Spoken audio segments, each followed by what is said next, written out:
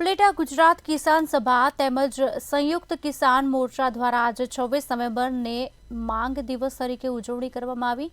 ગુજરાત કિસાન સભા દ્વારા 26 નવેમ્બર 2020ના રોજ ખેડૂતો માટે આંદોલન કરવામાં આવ્યું હતું। સંયુક્ત મોરચા દ્વારા ચાલેલા આંદોલનને સરકાર દ્વારા લેખિત આશ્વાસન પણ અપાયું હતું, પરંતુ આજ સુધી તેનો અમલ કરાયો નથી। ગુજરાત કિસાન સભા સંયુક્ત મોરચાના આગેવાનો દ્વારા શહેરના ચોકમાં વિવિધ બેનરો સાથે સૂત્રોચ્ચાર કરી માંગ દિવસની ઉજવણી કરવામાં આવી।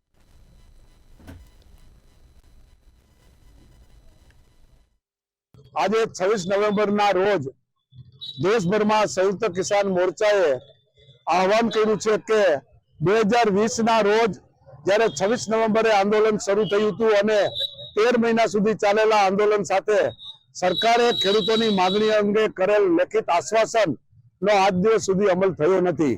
એટલે આખા દેશની અંદર આજે માંગ દિવસ તરીકે ઉજવવાનો અને ખેડૂતોની જે માંગણીઓ છે એમએસપી ટેકાના ભાવે ખરીદવાનો કાયદો કરો, તેમજ ખેડૂતોના તમામ દેવાઓ નાબૂદ કરો, પાક વીમા યોજના શરૂ કરો અને વીજળીનું જે ખાનગીકરણ છે એ બંધ કરો અને સ્માર્ટ મીટર લગાવવાનું બંધ કરો। આજે 26 નવેમ્બર એટલે આજે અમારો ઐતિહાસિક દિવસ છે, કારણ કે અમે એટલા આંદોલન કરેલા છે દિલ્હી બોર્ડર ઉપર, હરિયાણા બોર્ડર ઉપર બધે, પરંતુ સરકારને શું વાંધો છે?